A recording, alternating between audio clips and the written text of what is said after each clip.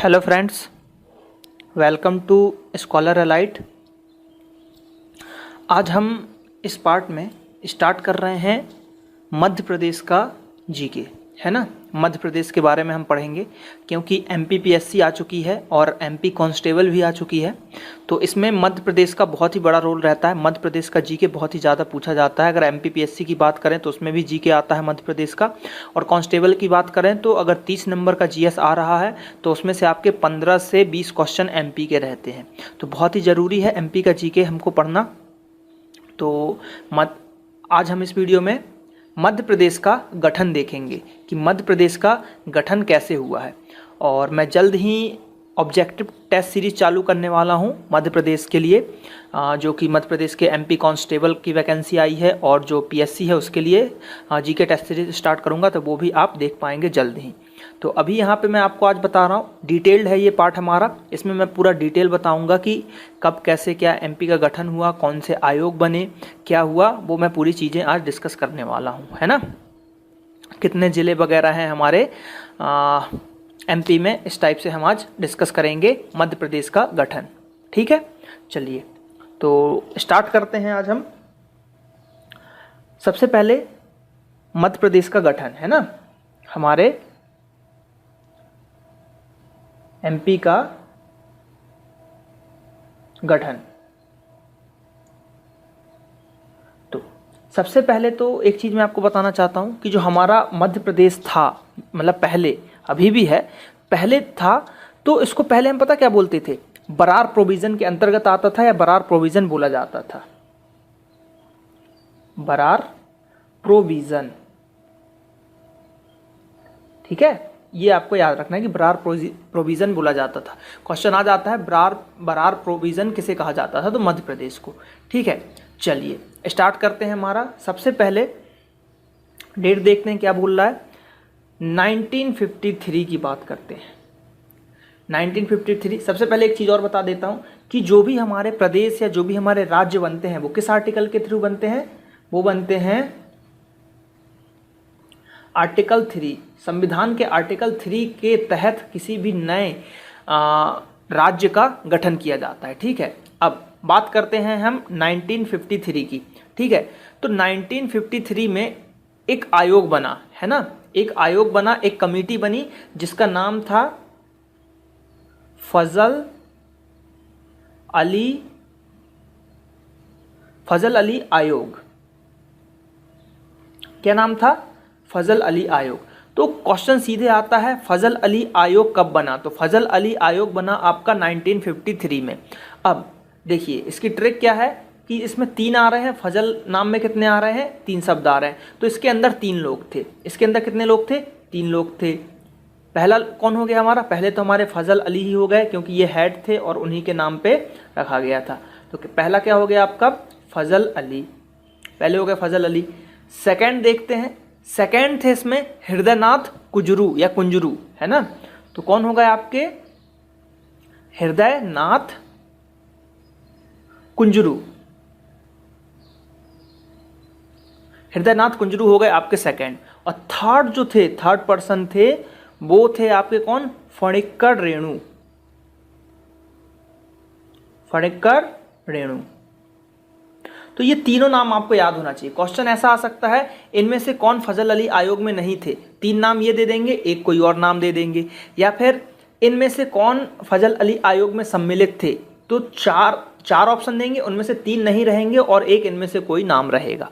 इस टाइप के क्वेश्चन आ जाते हैं। ठीक है, अब ये बनी कब? ये बनी तो 1953 में, और उसमें 3 लोग थे। अब 1955 में फजल अली आयोग ने, जो फजल अली कमेटी थी या फजल अली जो आयोग था, उसने रिपोर्ट दी। क्या दी उसने? रिपोर्ट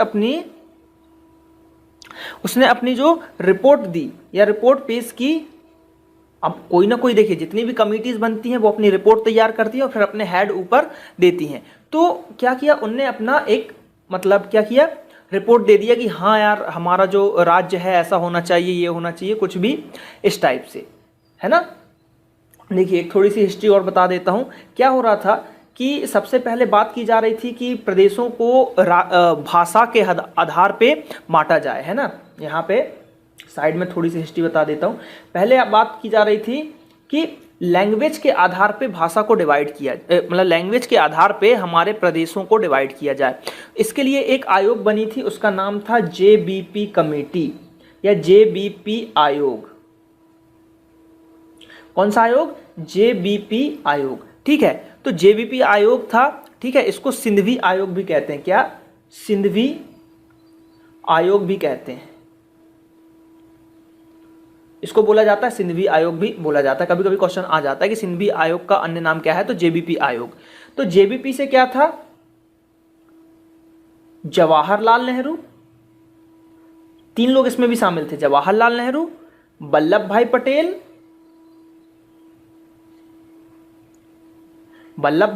और तीसरा क्या हो गया पी से?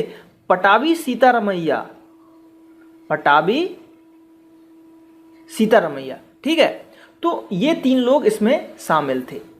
इस आयोग ने बोला कि नहीं यार, भाषा के आधार पे हम अपने प्रदेशों को नहीं बांट सकते। इनने मना कर दिया। इनने क्या बोला कि यार भाषा के आधार पे अगर हम बांट देंगे तो दिक्कत हो जाएगी। जिससे हिंदी बनती है वो अन्य राज्यों में नहीं जा सकता, या जिससे हिंदी नहीं बनती वो भी अन्य राज्य में नहीं जा सकता। अगर मध्य प्रदेश वाला बंदा है तो कर्नाटक में जाके कुछ नहीं कर सकता। तो इस टाइप से बहुत ज़्यादा प्रॉब्लम हो जाएगी। तो इन्होंने उसको मना कर दिया, है ना, इन्होंने उसको मना कर दिया। तो इस टाइप से हुआ था। तो फिर फजल अली आयोग को बनाया गया, ठीक है।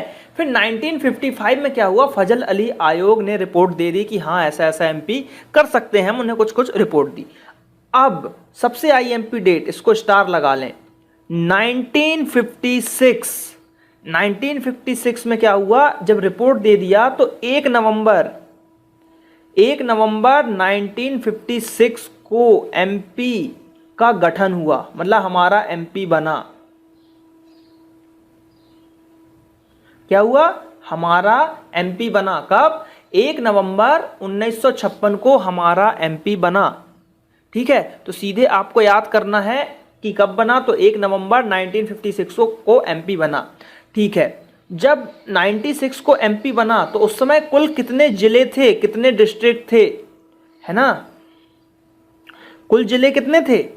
तो जब हमारा एमपी बना तो कुल जिले थे 43। ये डेटा आपको याद रखना है, मैं बता रहा हूं, सीधे डेटे से क्वेश्चन आते हैं। सीधे पूछ लेंगे जब 1956 में हमारा एमपी बना उस समय टोटल कितने जिले थे, तो टोटल जिले थे कितने? 43। ये आपको याद करना है। आप एक काम कीजिए, कॉपी लीजिए और इसको लिखते जाइए। मैं जो बता रहा हूँ इसको लिखते जाइए। मैं एक तरीके से नोट्स भी आपको प्रोवाइड करवा रहा हूँ, है ना, तो आप लिख सकते हैं। जैसे लाइव कोचिंग में आप पढ़ते होंगे, वहाँ जैसा पढ़ाते हैं उसी टाइप से मैंने कोशिश की है आपको पढ़ाने की। तो ये आप लिख पाएंगे। इसको वीडियो को आप पॉज करके भी लिख सकते हैं या सुनते हुए भी आप इसको लिख सकते हैं, ठीक है। तो क्या हो गया? 1956 में हमने क्या कर लिया, हमारा मतलब एमपी बन गया और कितने जिले थे? 43 जिले थे, ठीक है। चलिए अब आगे की कहानी थोड़ी सी और देखते हैं। देखिए चलिए क्या है अगली कहानी। अब 1956 की अगर हो गया हमारा, ठीक है। अब इसके बाद आता है आपका 1972। इसमें क्या हुआ? इस समय 2 जिलों को जोड़ा गया। 2 जिलों को एमपी में क्या किया गया? जोड़ा गया। 2 जिलों को जोड़ा गया। उसके पहले जब 1956 की बात करें तो समय कितने थे? 43 थे ना। तो अब क्या करेंगे? 2 जिलों को जोड़ दिया तो 43 + 2 कितने जिले हो गए? 45 जिले हो गए। अब वो 2 जिले कौन से थे? वो 2 जिले कौन से थे? तो उसके लिए एक ट्रिक है या कोड है, आप याद कर लें, जो भी बोल सकें। ट्रिक, उस 2 जिलों को याद करने की ट्रिक, राजा भोज। ये ट्रिक याद करें तो राजा से हो जाएगा आपका राजनंदगांव और भोज से हो जाएगा आपका भोपाल, जो कि एमपी की राजधानी है, ठीक है, भोपाल। तो ये क्या हुआ? ये 2 जिले हमारे एमपी में जुड़े। तो जिलों की संख्या कितनी हो गई? 45। तो याद रखना है 1972 में जिलों की संख्या कितनी हो गई आपकी? 45, ठीक है। चलिए अब बात करते हैं 1998। 1998 इसमें क्या हुआ? 1998 में अब यहां पे 16 जिले जुड़े, 16 जिले एमपी में जोड़े गए। लिखते जाएं इसको आप कॉपी में, नोट्स आपके अच्छे बन जाएंगे।